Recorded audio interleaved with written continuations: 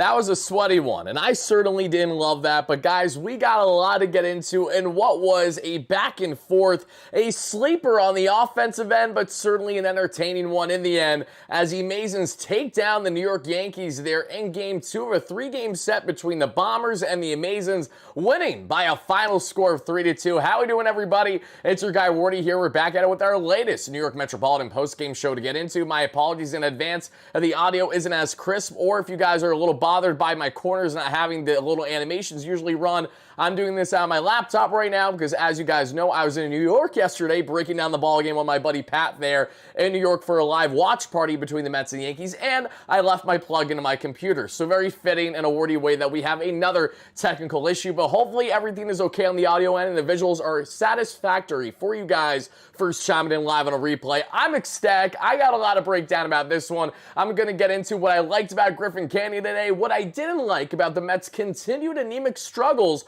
with runner in scoring position, how Luis Angel Acuna makes a difference every time out there, even if he is not starting the Mets lineup. Edwin Diaz looks like that he is in fact back. This was an absolutely dominant save outing by Edwin Diaz, who continues to be nails for this Mets team when called upon, specifically in save situations so far this season. We're going to get into the Juan Soto antics back and forth between the bleacher creatures and right. How is Soto interacting with them? What are our thoughts about it as a Mets fan? And a lot more, everybody. But again, thank you guys chiming in, as always, for smashing that like and subscribe on as your first chime in. And as always, after we break down a big Mets victory, we have to start with the following, and that is to spam the live W's here in the chat right now. Let me see it, everybody. Spam the W's right here, right now. And of course, I'm starting today's show rocking the New York Knicks hat. Why? Because the New York Knicks are headed to the Eastern Conference Finals, so it feels fitting that I at least start the show in my Knicks hat. Maybe I'll pop on my Mets one halfway through this one if you guys are getting a little too offended. To my select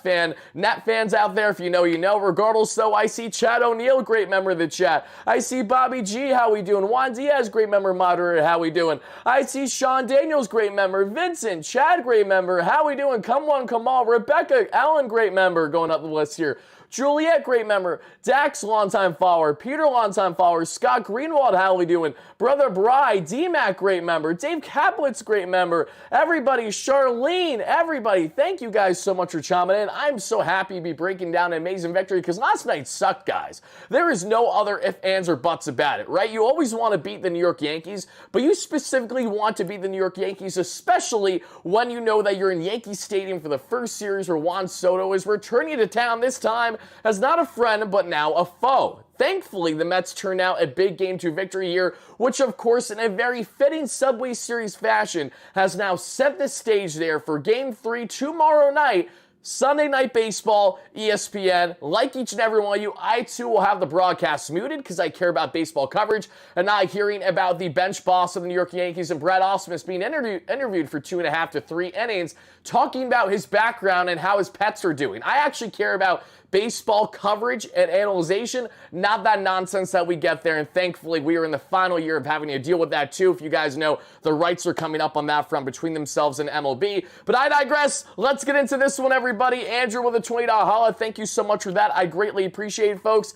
And you guys know the drill by now, but if you don't know, now you know. After every big victory throughout the course of the 162 for the Amazons, small, big, it doesn't matter for the most part. We got to let it rip with something special. We got to let it rip with the one, the only, the official, everybody, and say it with me, WardyNYM post-game jingle. Let's effing go. Let's have some fun, baby. Let's do this. Post-game. Post-game. Calling all Knick fans, come and join us now. Talk about this game and gonna break it down.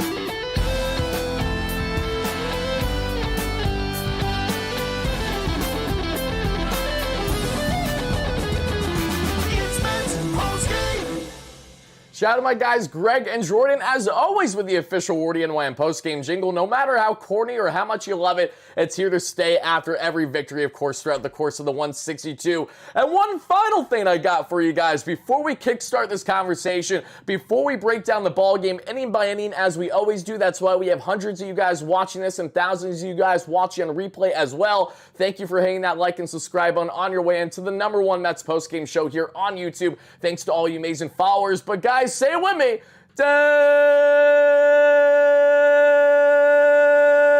Yankees lose. We love to see it, especially when we love Big Papi going on the really, really long tangents with either A-Rod or Derek Jeter beside him after a big Yankee loss. Listen, Yankees fans were hoping that Juan Soto was going to go 0 for today and the Mets were going to lose promptly 10-0 to Clark Schmidt and the Yankees. I understand a Yankee fan point of view. You're feeling high. You're feeling cocky heading into game 2 after you took care of business yesterday pretty comfortably, all without the long ball. And that's what frustrated me most about yesterday's loss, everybody. I don't know how you guys feel, and that's why I want to hear from you guys right now, your thoughts about it at the moment, because, listen, the Mets lost a ball game that had everything to do with Tyler McGill completely forgetting how to command his fastball, especially top of the zone, utilizing breaking and off-speed pitches all around the zone, walking everyone your mother 1 through 9 in the lineup. It was not going to work. The offense certainly wasn't going to work against a Carlos Rodon, who even when he had some jams early on, the Mets could not pounce with runners in scoring position. Another ball game where the Mets go 2 for 11 with runners in scoring position yesterday,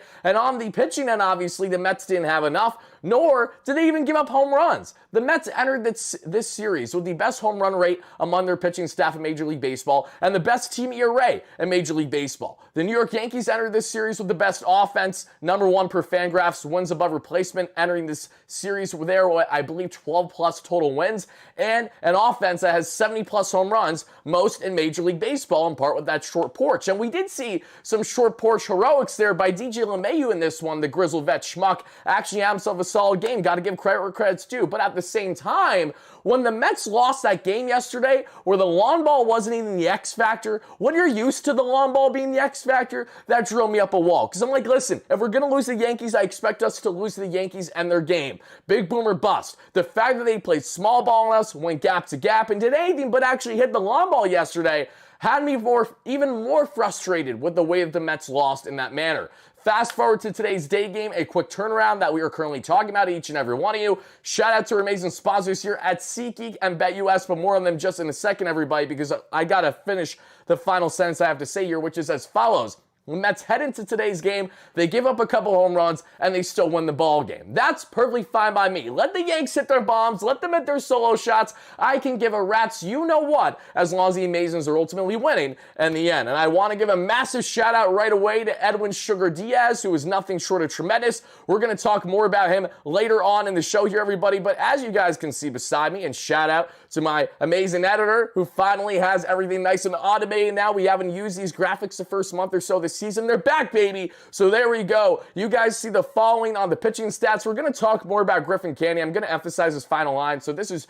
a sneak peek of what to expect in today's show here. But Edwin Diaz was absolutely nails. 99 on the gun with Aaron Judge right down the pipe there. Sayonara, you're out of here for the final K and the final out of the ball game. Reed Garrett walked everyone their mother. I have some choice words to say on Reed Garrett. That 1 ERA is not telling the whole story. This man is having Houdini magic, escaping his own jams, and that's great. But the problem that I have as a Mets fan is that I'm sweating bullets every single time he's out there as of late because he's walking everybody, your mother, your sister, your brother, your father. It does not matter, and that's an issue. Huascar Brosman is proving his worth with that 1 ERA. Anyone talking crap on Brazo, you have no clue what you're talking about. You're a casual, and you're the same exact person who thought that Brazoban would be the worst thing imaginable when the Mets first landed him last year. I know he couldn't handle the bright lights, the big city, and adjusting from Miami to New York midway through last season, but with a full spring training for the first time in his professional career. For context, folks, Brazoban's around like 35. He's only been in the league 3 years. He is a late bloomer at the MLB level, to say the least, as a late signing there we saw by the Miami Marlins.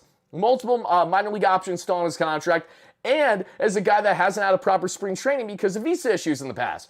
finally had it this year with the New York Mets, and we're seeing the immediate impact he's had in his bullpen continued now north of 2 months into the season. Ray, thank you so much for the $2 holla. I greatly appreciate that, Ray. Ray states, Diaz, Acuna's Hot Wheels, and last one for Wardy. Thank you so much. I appreciate that, Ray. Love you. Happy to have you in the chat as always. And guys, on the heading end, we're going to talk more about this. There's a lot of zeros, a lot of donuts today. You're thinking I'm Homer Simpson getting hungry. I'm not. I'm looking at the Mets lineup today, 1 through 9, and we're going to talk about what was right about this, what was wrong about this, and what we can expect in what's going to be a heated Subway Series finale between David Peterson and Max Fried. The battle of the Southpaws. One's been much better than the other this season. We'll see if that prevails against the Mets lineup that yet again had their fair share of struggles there with runner in scoring position. But guys, let's hop back to the main slide here and let's break down this ball game. I also want to shout out Billy Dottie with a $2 holla in the chat before the live show even began, because Billy stated the following: Sugar Diaz is back. Let's get this series tomorrow. You said it, my man. Thank you so much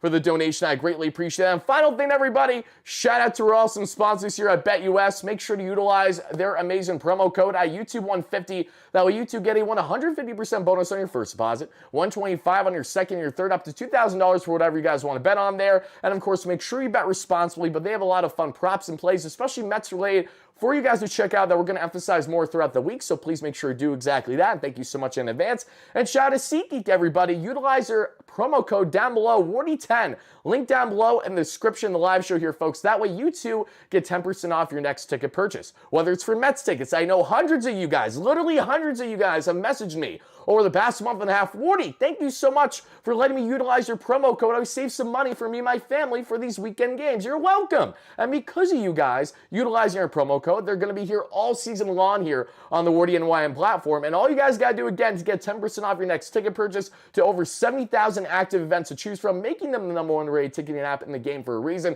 Head over again to SeatGeek, link down below, Wardy10 for 10% off next ticket purchase on whatever you need in the ticketing space. It doesn't need to just be Mets. It can be concert show tickets. It could be comedy show tickets. It could be game one between the Knicks and the Pacers and the ECF. Hype me up, baby. If you're bleeding orange or blue, you're loving what you're seeing right now. Dave Kaplitz, thank you so much for the $2 holla. Dave states the following. Let's see this, everybody. Baby better fielder over Vientos. Yes, that goes without saying. I 100% agree. Dave, thank you so much. Let's see. Mike Nixon, Wardy, you missed my members chat. Mike, no, I'm so sorry. I didn't mean to do that, Mike. Scott, I see a donation from you. I'll get to that here shortly.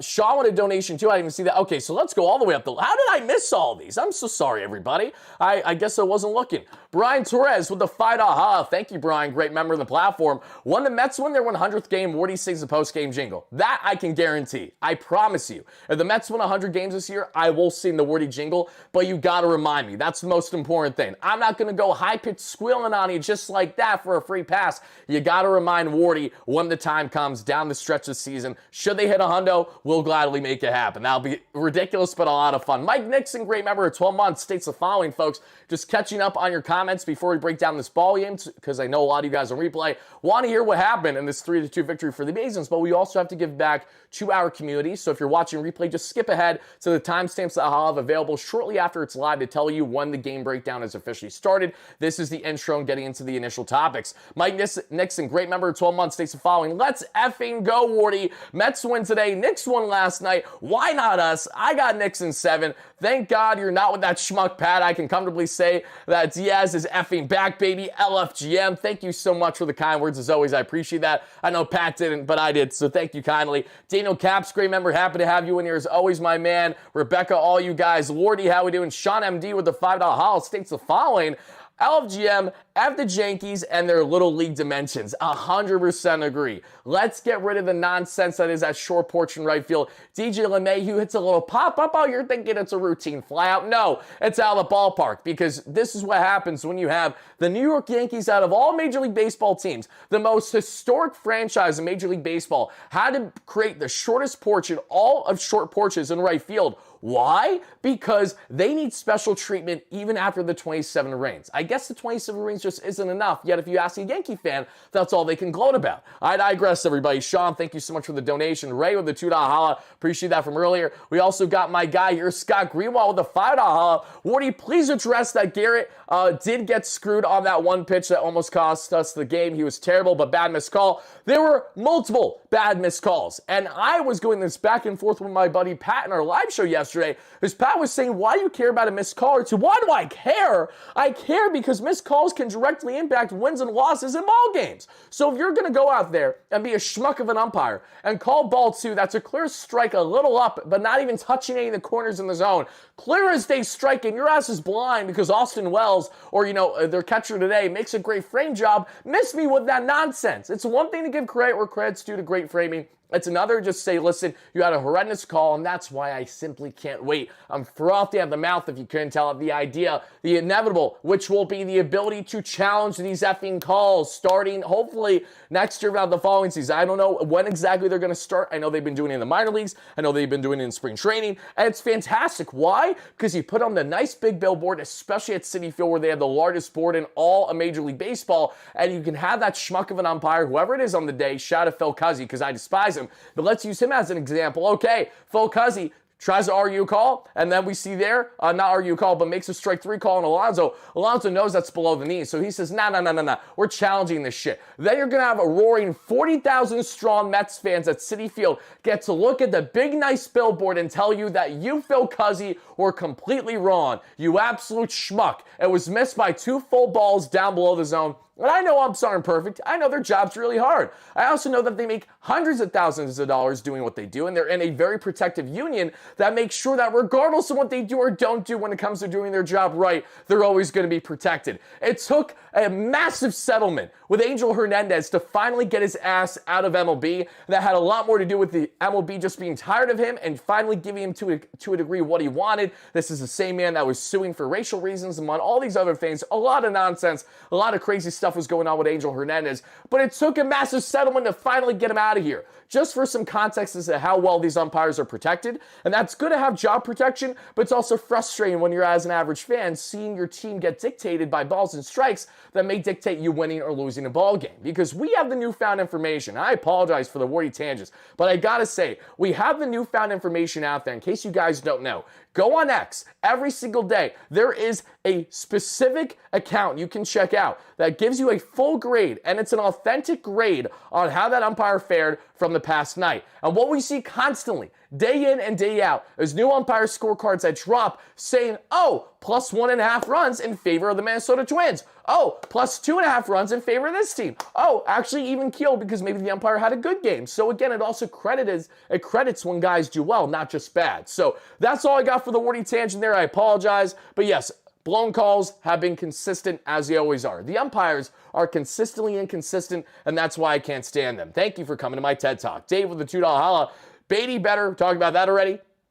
Making sure I don't miss anything else. And again, I'm juiced up. If you couldn't tell, I could have released some of this yesterday because I was so pissed off about the fact that the Mets lost the ball game the way that they did. Also, apologies, everybody. I'm just going to put on my Mets hat right now because I feel like I got to rock this Mets hat. I also haven't rocked this specific Mets hat in a hot minute now, so I really wanted to do that too. So here we go, everybody. We got the little baby Mr. Met on. Shout out to Shay. If you know, you know.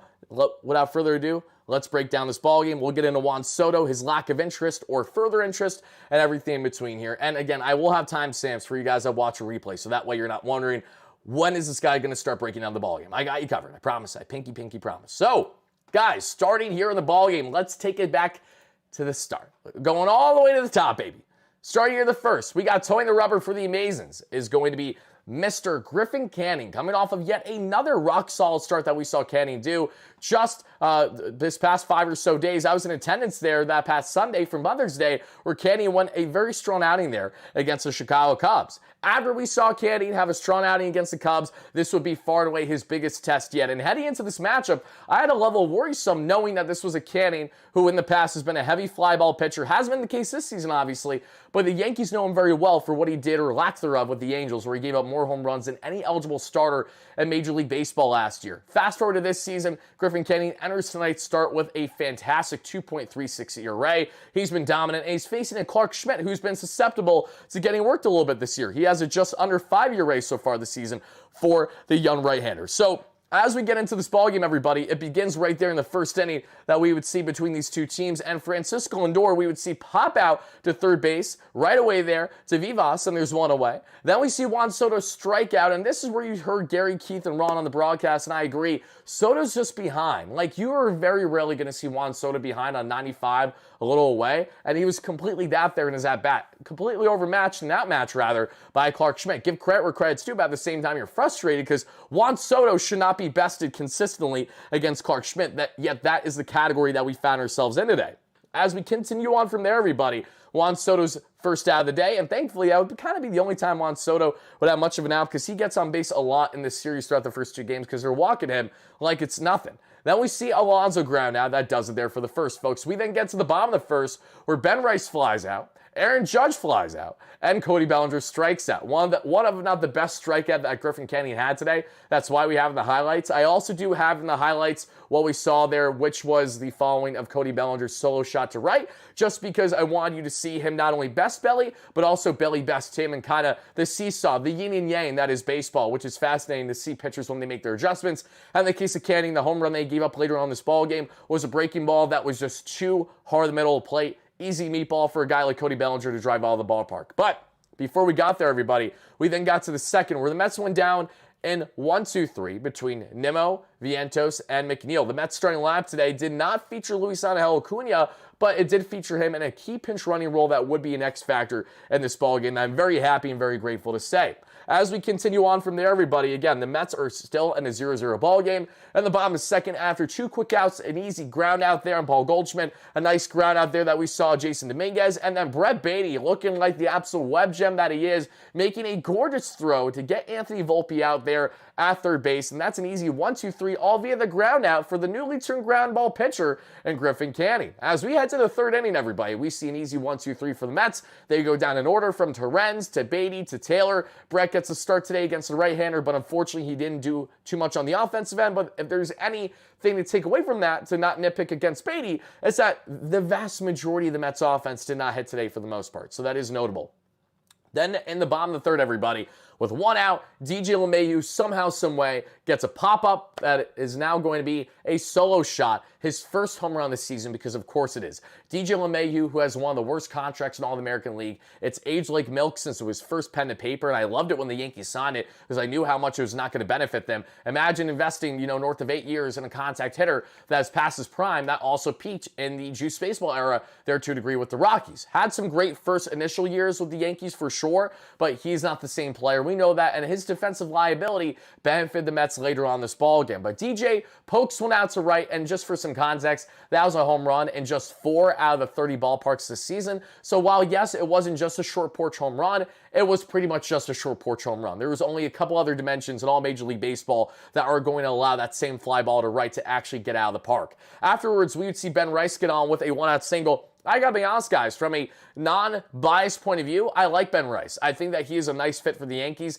and I really feel like a guy like him is running because a guy like Greg Bird walked for him. You know what I mean? Like, I feel like one paved the way to the other here, and maybe I'm just getting the connection here from Ben Rice from one, kind of tall, lanky, white first baseman to the other that bats from the left side especially. I'm not entirely sure, but all I can tell you is that Ben Rice is a solid young player for the Yankees, and I'm grateful that the Mets didn't allow him to do too much damage on them today, and hopefully that continues there heading into the series finale tomorrow. And that's even if he starts tomorrow, because there's a solid chance that Ben Rice comes off the bench again facing the left-hander and David Pearson.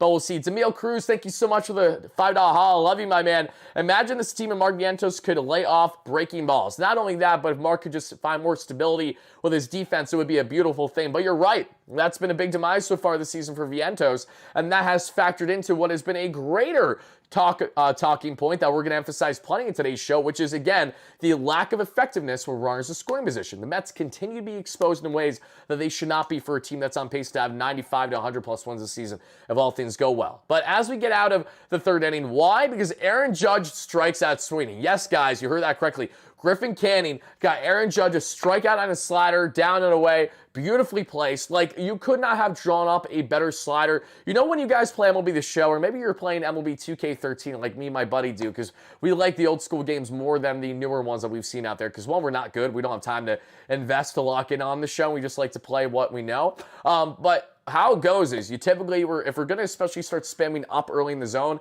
and we're, say, on a 0-2 count, we're trying to obviously get them to bite down and away on the slider that isn't close to the zone.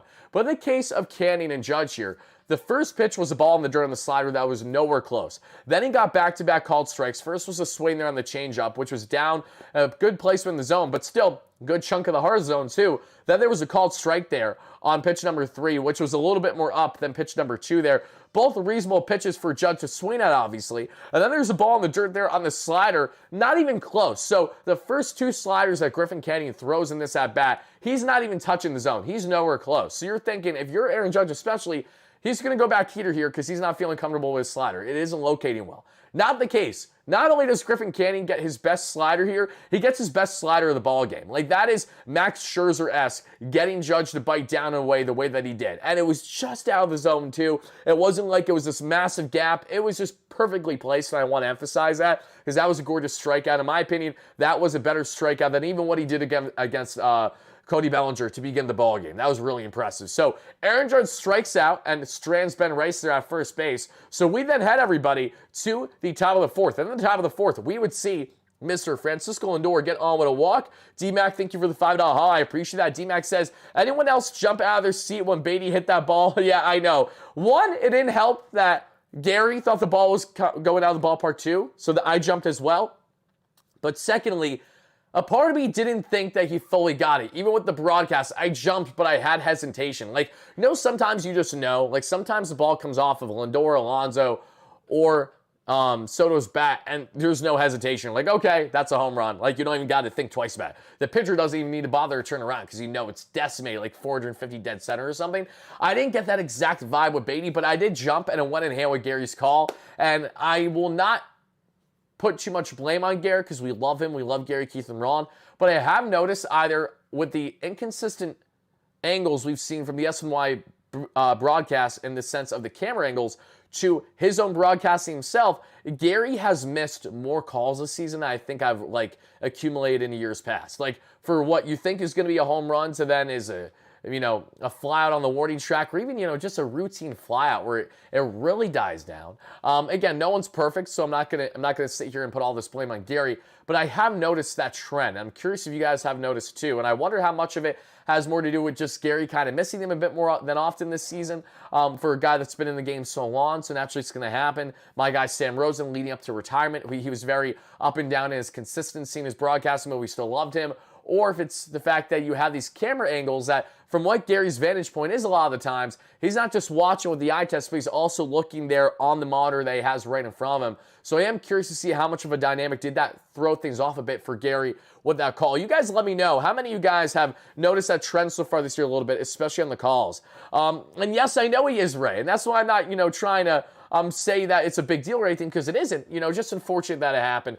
But getting back in this one, everybody, Lindor got on with a leadoff walk there to begin the 4th inning. Then we saw Juan Soto finally do something to shut up New York Yankees fans. It wasn't anything crazy, but it was finally something, and he ripped himself a single right to Aaron Judge.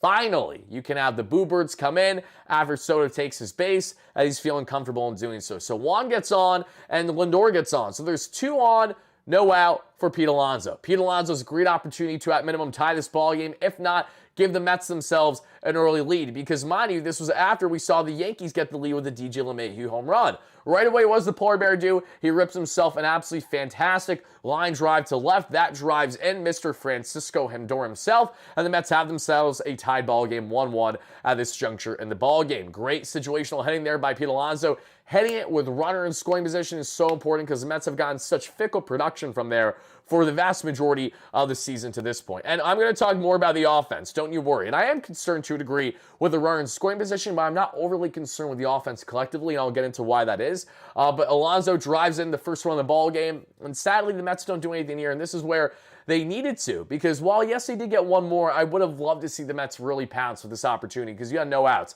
Brandon Nimmo comes up, and he's out on a called strike. This absolutely killed me, but when we take a look at the Brandon Nimmo at bat, everybody, I can only blame so much because that was a full ball out of the zone that they're going to call strike 3.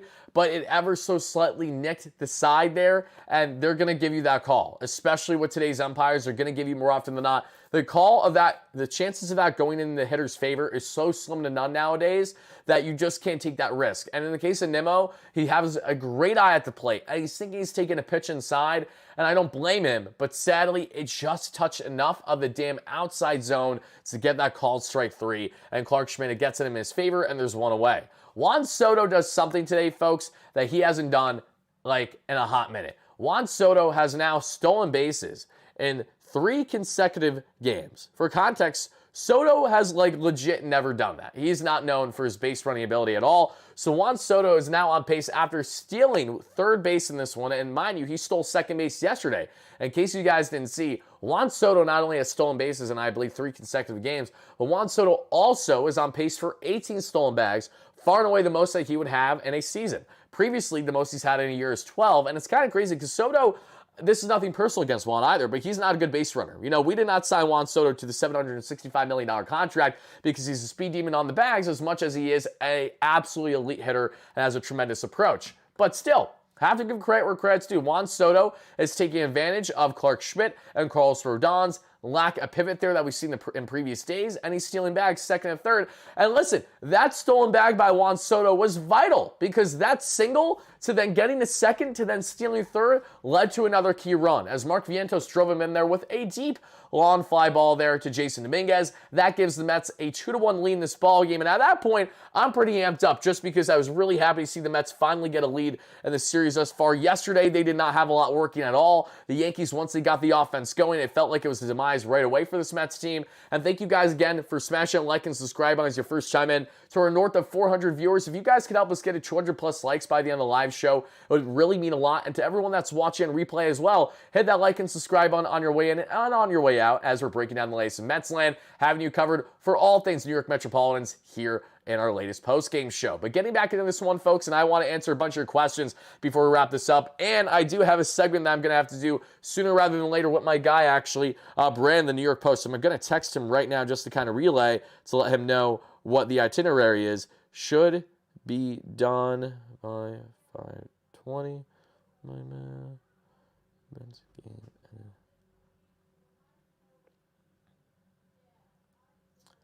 Sorry, folks, just had a relay to my guy, Brandon, because I'm going to be doing a segment with the New York Post to recap this victory as soon as we're done here. Juliet, thank you so much for the donation earlier. Scoring runs is the bottom line. You win if you score more runs than the other team. The Mets are putting way too much pressure on their pitchers. And I 100% agree. And you want to know the most frustrating aspect about it, Juliet, is that the Mets pitching has carried them unbelievably well so far this year.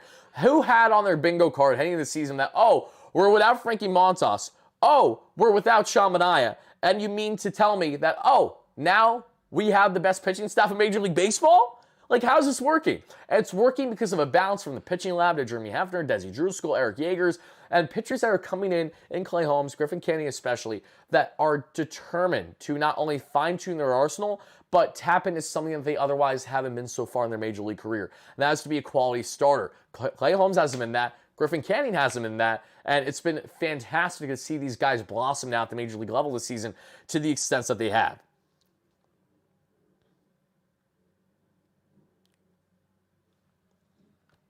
As we continue on from here, everybody, the Mets have themselves, again, a 2-1 lead. From there, the Mets would try to pounce on more runs because they had less than 2 outs in this situation, right? They had an opportunity to get something cooking here, and they try to get more cooking because not only did they get Jeff McNeil out with a walk, quality at bat by him, and then they get Luis Torrens out with a walk. So it's bases loaded. 2 out here, setting the stage for Brett the Hitman Beatty. Brett Beatty, who is absolutely red hot, but wow, color me shocked, hasn't started his past couple of games there based on matchups. And now Brett Beatty flies out to Aaron Judge to do it there for the inning. And the worst part, folks, is that this really was a deep flyout. He smoked it. This was, actually, I apologize. He didn't smoke it. It was 92 off the barrel. It wasn't as significant as I thought, but it did go 334 feet. So it did take a ride for sure, but sadly, it falls short there. And that's an easy catch for Mr. Aaron Judge and right. And now we head to the bottom of the fourth, but up now, 1 run, 2-1 as a total at that point.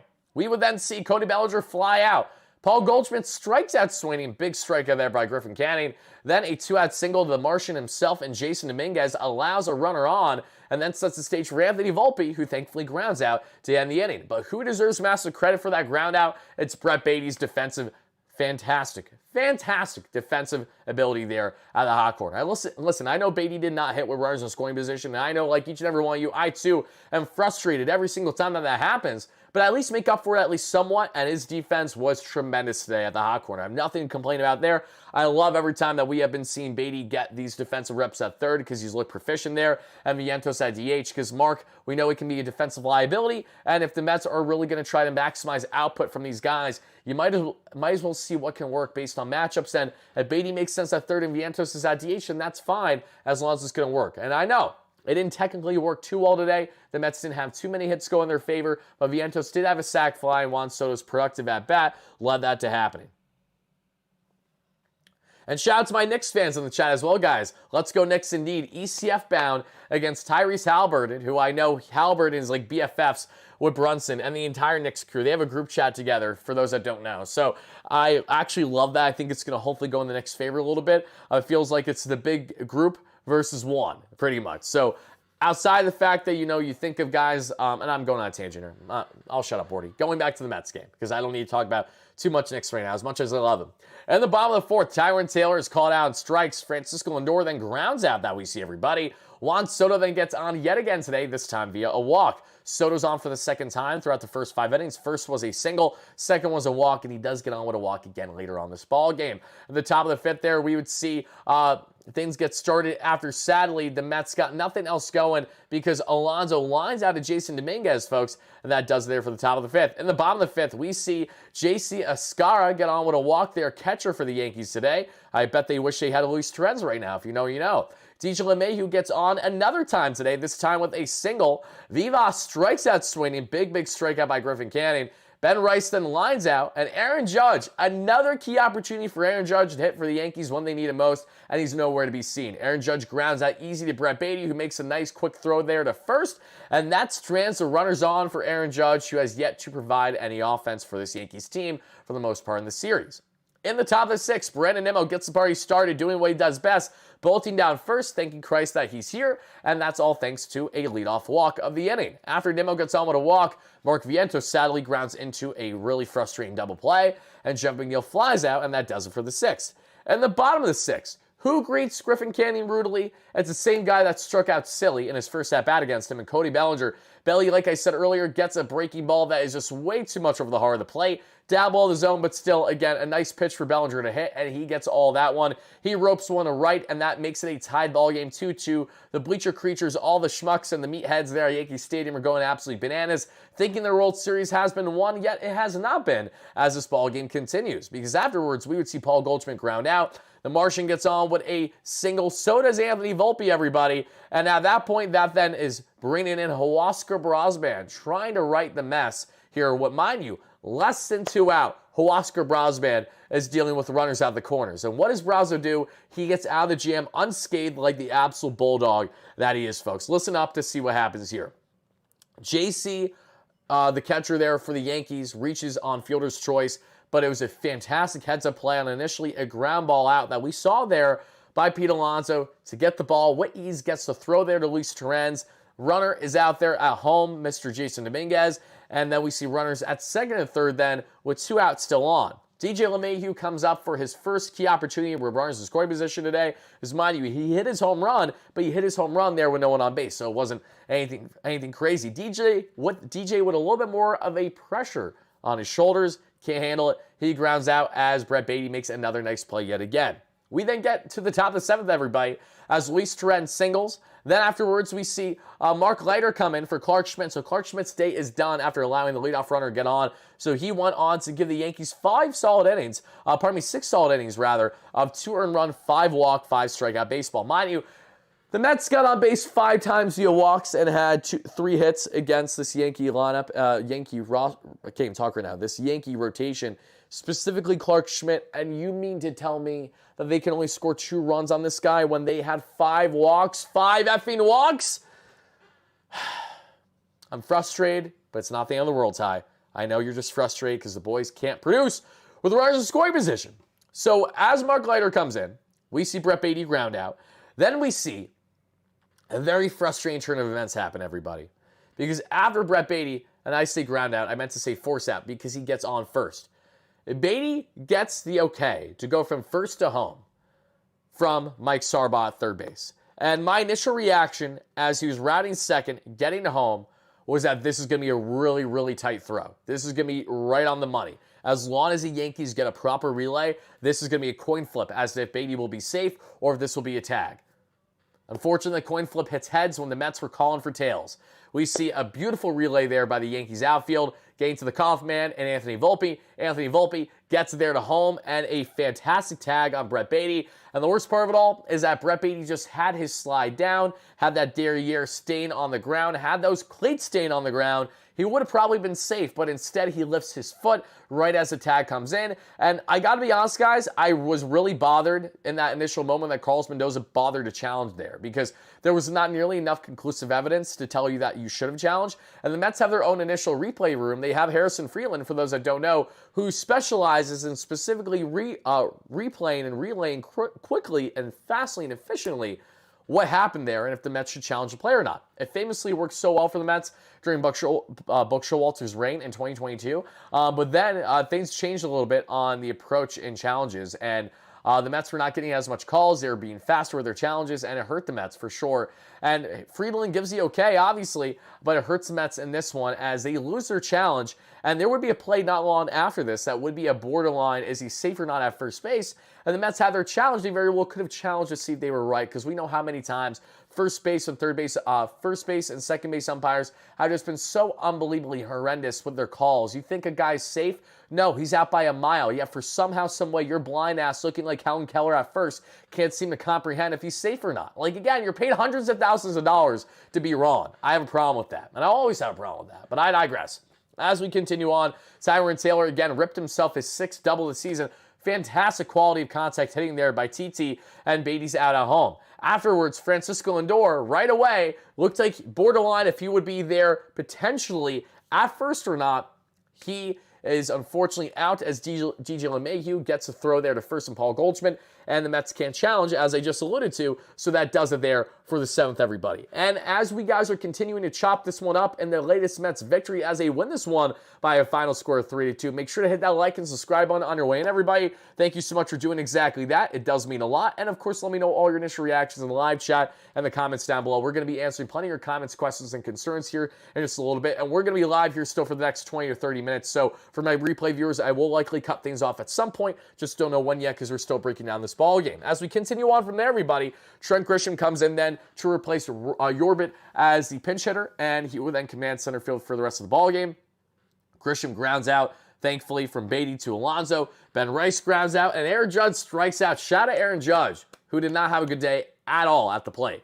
Kind of setting the stage for a big night there for Subway Series finale on ESPN, but I'm really, really hoping that we see more of the same from what we got from Aaron Judge, lack thereof from Aaron Judge the past 24 hours now. But Judge strikes out swinging, everybody. So we see a fantastic final inning of work there from Huascar Brosbam now, everybody. Can we appreciate Brazo once more? He is now at a 1.01 ERA after going 1.2 shutty, allowing no hits, no earned runs, no walks, just one strikeout for Mr. Brosban. And man, oh man, has he been absolutely nails in every situation the Mets have found themselves throwing him in so far this season. As we continue on from there, everybody, Juan Soto leads off the inning that we see there with a flyout, frustrating me. Alonso then with his 16th double of the season there, and I will say that Soto flyout was against the side-arming, soft-tossing Tim Hill, the same Tim Hill that the Mets actually tried a decent amount to acquire this past offseason before Hill ultimately signed back with the New York Yankees, because Hill was great for the Yankees after coming from the White Sox. He was bad in practice with the White Sox, goes to the Yankees, fine-tunes his game a bit, and was nails heading into postseason play for them. But needless to say, Juan Soto flies out. Pete Alonso rips his 16th double of the season into the left center gap. Love to see that. Brendan Nimmo grounds out, and Vientos strikes out after Fernando Cruz comes in, who's been nails for the Yankees this year, and that does it for the eighth. In the bottom of the eighth, here comes Reed Garrett. Here comes the heart palpitations, everybody. Cody Bellinger gets on with a leadoff walk because of course he does. And Paul Goldschmidt grounds into a double play. So after a frustrating first at-bat there for Mr. Reed Garrett, he gets a huge double play ball on Paul Goldschmidt that we're all ecstatic about. We're all saying to ourselves, fantastic. Let's get the final out. Let's get the hell out of Dodge and get out of this inning. Instead, he walks the Martian and Jason Dominguez. And then he gives up a double to Anthony Volpe. And thank goodness gracious, Jason Dominguez doesn't know how to run the bases yet to save his life. He's horrendous. Him and Mark Vientos honestly look fairly similar at running the bases. They're both unbelievably slow, great power hitters when they're right, but have a lot more maturing and work to do. Dominguez looked really exposed today, had his head down, and did not even realize that, again, the ball was where it was in the case of Volpe, who ripped a double there that got past that we saw Mr. Pete Alonso down the first baseline. Either way, there's runners at second and third base, everybody. And after we see runners at second and third, mind you, the Yankees just need to poke a single and they're going to add more runs. Instead, they load the bases as JC gets on with a walk. So bases loaded, 2 out for Reed Garrett facing off against DJ LeMahieu. The same DJ LeMahieu who started this ball game with a solo shot to right. That was a schmuck of a home run and a single. DJ, though, who stranded a couple runners his last at-bat, this time strands bases loaded. He lines out beautifully to Juan Soto, and I want to give a huge shout out to Juan Soto because Juan Soto heard it from the bleacher creatures, all those you-know-whats in right field all game long, yesterday and today, and he'll certainly hear it tomorrow. But Juan Soto, I don't know if you guys picked up on this, yesterday threw some balls when it was the final out of the inning to fans in the bleachers. Today, Juan Soto did not do it, at least from what I saw with the eye test. Soto actually, when he caught that final out of the inning in the bottom of the 8th, he pretended to throw the ball to the outfield and held it himself. So he gave all Yankees fans a big F you. You ain't getting this one, and we're going to try and win this ball game. And I like that because, honestly, I would have loved to see if Soto had more of this villain arc F you mentality, the way that he was kind of insinuating he would to an extent. Now, I wasn't expecting anything absurd, but he did state, it was going to be 50,000 against 1, which obviously the Mets fans show up in this series thus far, so that's not entirely true. But also, you're going to get booed an absurd amount after leaving the Yankees the way that you did. So why not lean into that a bit more? But instead, Juan Soto was a very classy man, game 1 yesterday, tipping the helmet, taking off, and thanking Yankees fans, even though he was a one and done there. He doesn't have to thank them for anything. They did nothing for him. They appreciate him was great, but they did literally nothing for him. Yankees fans literally moved the needle so much for Juan Soto and the 1 year that he was there that he decided to sign with the Mets after being with the Yankees after 1 year. If anything, you could make the argument that the fans fell into a category that made it better for Juan Soto to want to leave. It's actually kind of hilarious when we think about it in that sense. They're so cooped up on that X. That was the baddest looking mofo. And I'm going to use this in PG-13 or rated R, folks, in a sexual connotation. As I mean in the sense of if you have a smoking hot girlfriend or smoking hot boyfriend, wherever you fall in line, and you lose that person, right? And that was maybe it was just a one and done. Maybe it was a one night stand, whatever it was. Or maybe this was someone that you were dating for 6 months to a year and you really, really liked them, but they were just never fully on board. Like they were happy to be there. They were enjoying the dinner dates. They were enjoying the fact that you had a prosperous summer and all these things, but they didn't want to return. So as soon as they leave, when they were really never signing up to be there long term to begin with, you fell in love so much you had the wedding ring ready when you guys didn't even talk about anything. You were talking to yourself, you know what, I got these baby names picked out. I got all this stuff figured out. I got the wedding day planned, signed, sealed, delivered. We already got it booked for 5 years from now. When Buddy's only been with this girl or this girl's been with this guy or whoever you're with, because again, I don't discriminate here. You do you, boo. You come to find out that they don't want to be with you after 6 months to a year.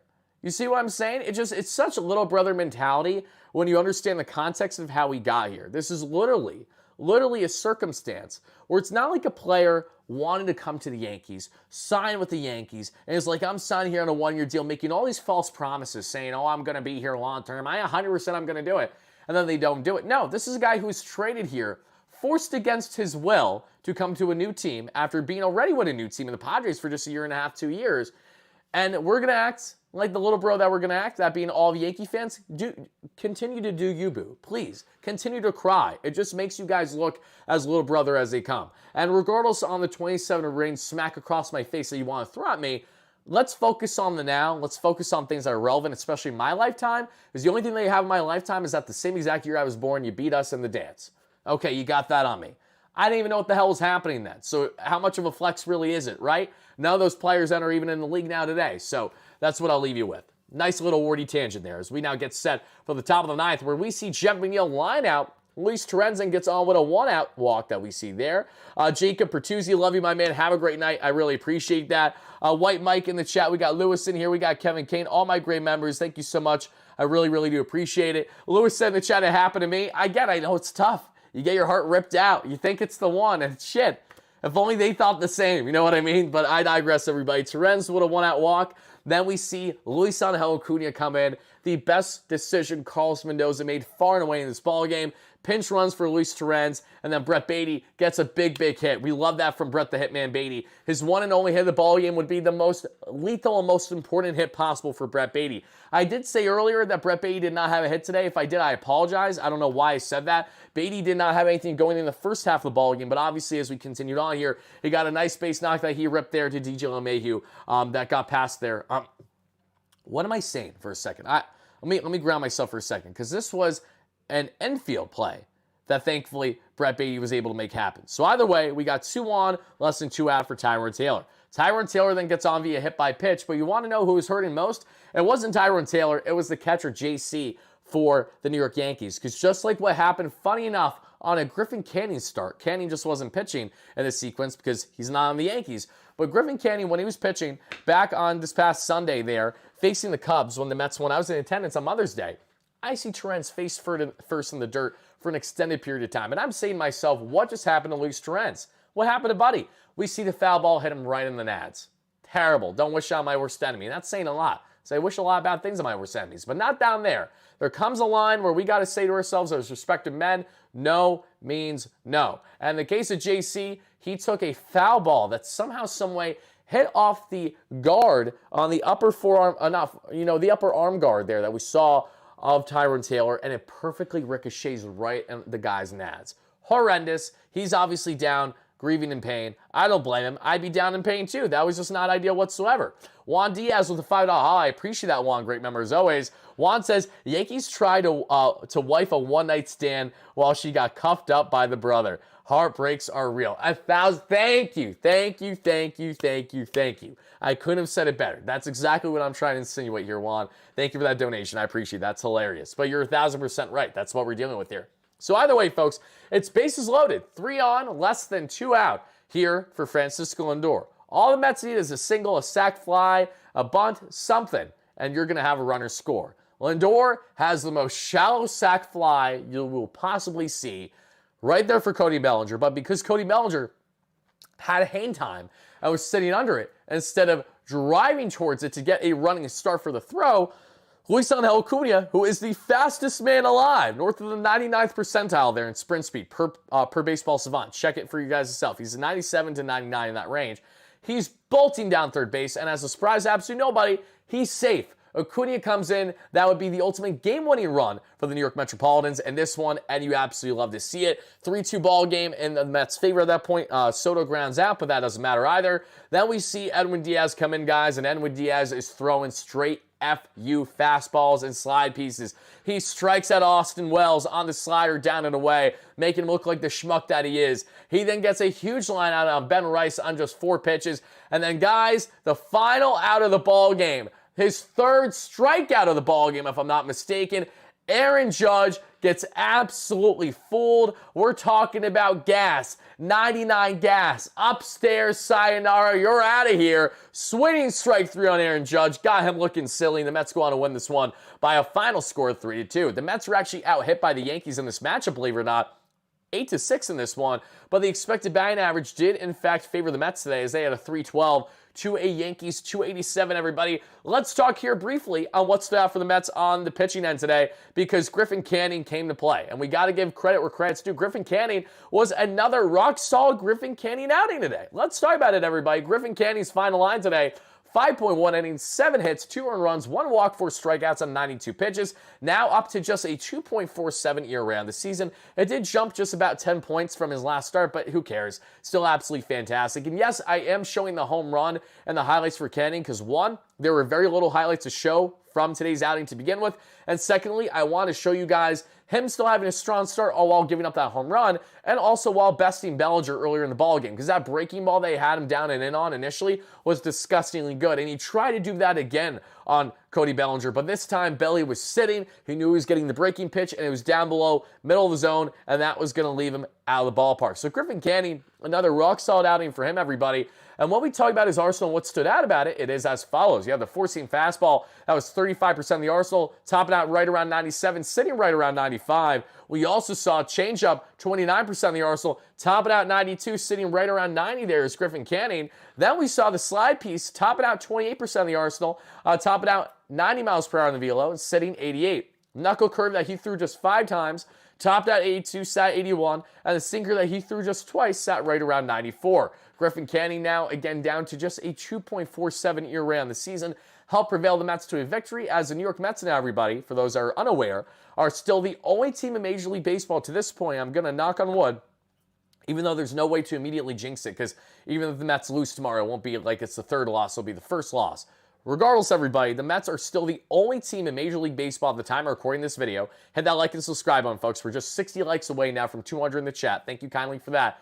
They are the only team to not have 3 consecutive losses so far this season. So really loving that, and really loving Griffin Canning coming out and giving the Mets another rock-solid outing, everybody. I would love to hear from you guys in the chat and the comments down below. On a scale of 1 to 10, how would you grade Griffin Canning's final line? Because I'm going to go ahead and give Griffin Canning a rock-solid 6.5 out of 10 today. I thought that he was, again, nails, all things considered. He worked out of multiple jams in this one and escaped them either unscathed or at least didn't absolutely freak the F out when he was dealing with early adversity.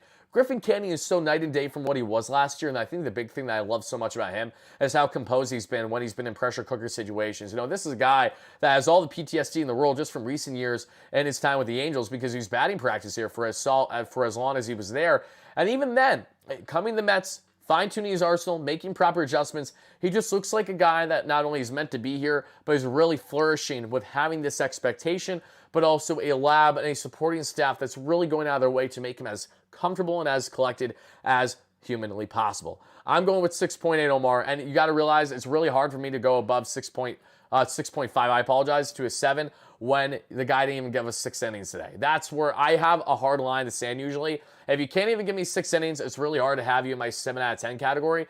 The only way that happens is if you either give up like no runs or maybe just 1 run and you have a bunch of strikeouts. And Canning wasn't overly dominant today. He was just more of the same. So well above average, but I'm giving him 6.5.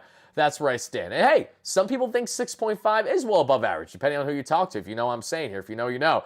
But going on now from talking about Griffin Canning, everybody, let's get back to the main slide here and talk more about this Mets ball game. And actually, I want to emphasize more here, specifically what we saw on the front of this Mets offense, because this is where we had a lot of the gripes today, right, everybody? And I apologize, that's my Beatty graphic from a couple days ago. I clicked on the wrong slide per usual. So now let's hop on to the hitting stats. And as you guys see right here for you guys, let me do my hands how I want to do it. Right here. Okay, as you guys see, the New York Metropolitan Lab, it is as follows. And this was the end of the ball game lab. This is not how the game started, mind you, because we saw Mr. Luis Angel Acuna come in later in the ball game, and we saw Jeff McNeil initially take part in said ball game. And we saw the configuration change, obviously, once Torrens was taken out as the pinch runner for Acuna there in the 8th inning.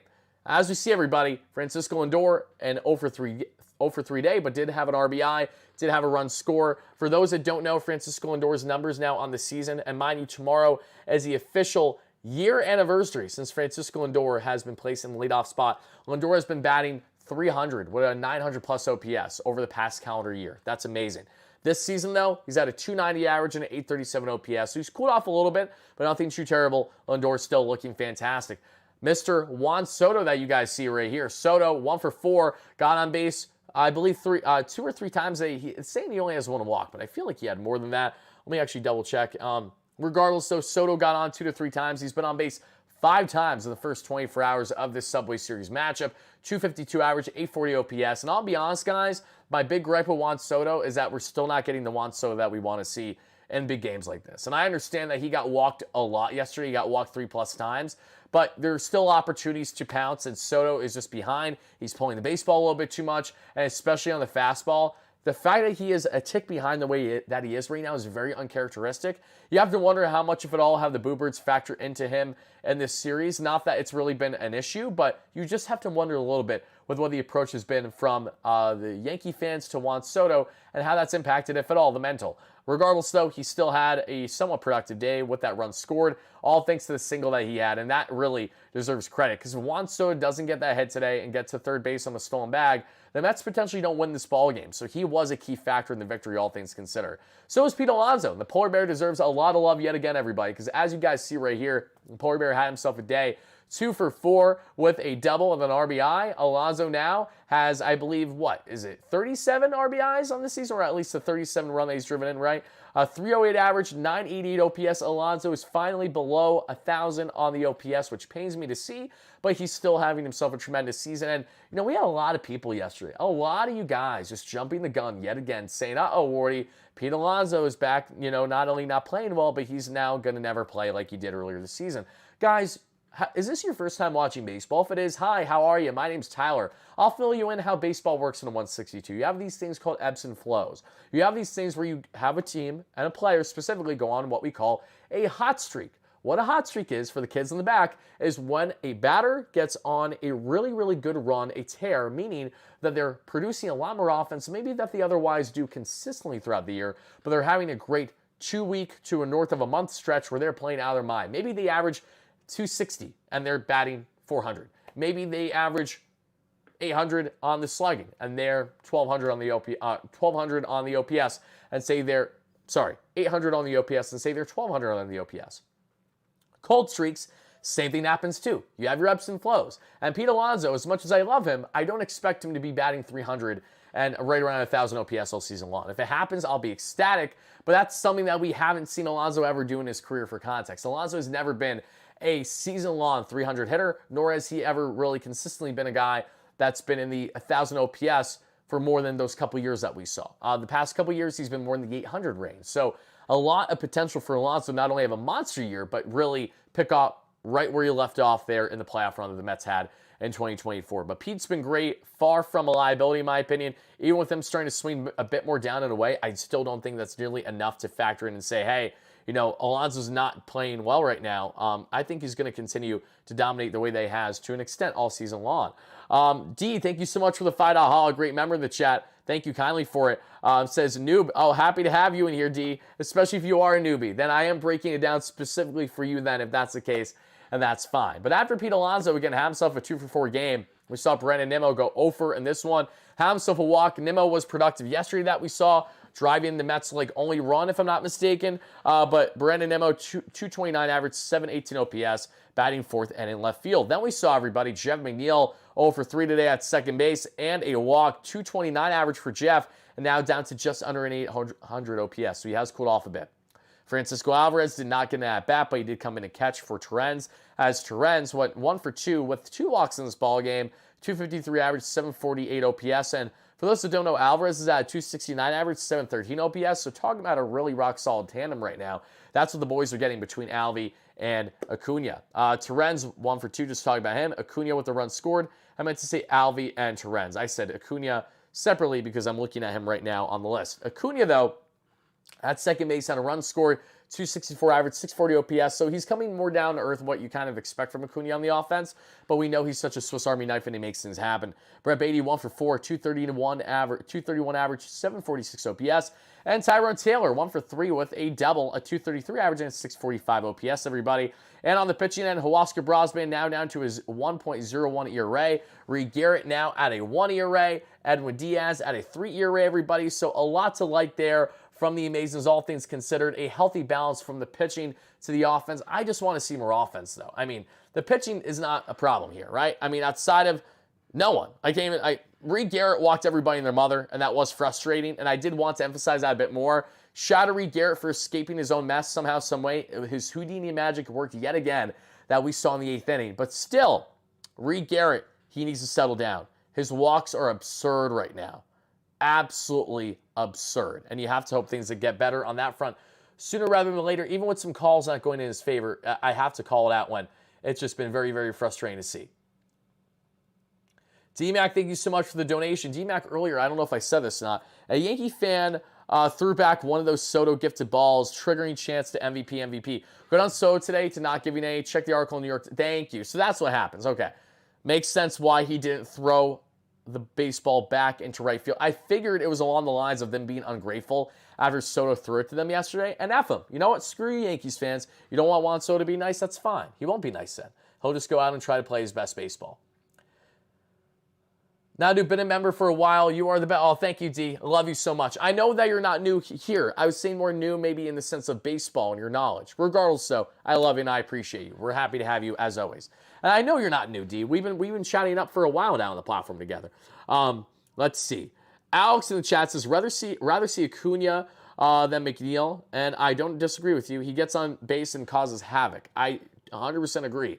Acuna has cooled off just a little bit, though, with the bat, so that has one in hand to a degree for sure. But pitching-wise, again, everybody, I think we're all happy with what we're seeing right here, right there. So, everybody, that is going to do it for our latest New York Metropolitan postgame show. I would like to thank you all so much again for watching live on a replay. If you enjoyed our latest postgame segment, please make sure to smash a like and subscribe on your way out. It does help out the platform a lot. And some quick shout-outs in case you guys don't know. We have our first official Wardy Day, August 1st, guys. We already have a lot of you guys that have purchased tickets, and we have plenty more to give with our limited supply right now. So check it out, Wardy Day, link down below in the description. What it is a full day with your guy Wardy hanging out at Citi Field. You're going to get pre-game on-field access to group photos with your guy Wardy. You're going to get an $18 drink voucher. You're going to get a really fun seating arrangement there in left field, but not just left field. We're going to be in a lounge setting in left field, which is really cool. So you're not going to have your typical seats that you're going to be in. They're going to be more comfortable seats, just bougier seats that are better than what you're getting by sitting in the stands itself. The bar will be right there that you will have your voucher for, and we're going to be hanging out, having a blast throughout the entire ball game. It's a fireworks night. It's August 1st against the Giants, and the best part, folks, it's the day after the trade deadline. So the Mets trade for anyone of significance. Great chance we're going to see their debut live together in our group setting. And then we're going to be doing a WardyNYM post-game show there live from Citi Field 2 more than likely. So we're going to have a lot of fun. Be on the lookout for it. Again, link down below in the description of the live show here. Head over, check out the Wardy Day tickets. Should you guys have interest, and if you don't, that's perfectly fine too. Final thing for me, everybody, is thank you again for checking out all of our work that we've been doing in the Bleacher Report app, as well as at WardyMLB. We have hit over 1,000 subscribers there. Our latest video, funny enough, is on Trent Grisham and it hit right around 30K. So Yanks fans are happy with what they saw there as I broke down what the F is going on with Trent Grisham so far this season. Perfect timing for him to get on a cold streak. All jinxes aside, everybody, I'm very happy to be breaking down Mets baseball for you guys. Had a blast in the Bleacher Report app yesterday that many of you guys saw. That was a lot of fun. Lewis, love you. Happy to have you in the chat as always. Dominic, great member. Love you too. Thank you so much for the endless support.